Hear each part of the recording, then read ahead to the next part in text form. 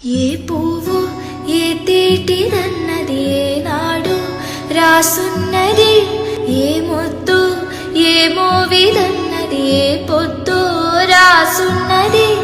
బంధాలే పెనవే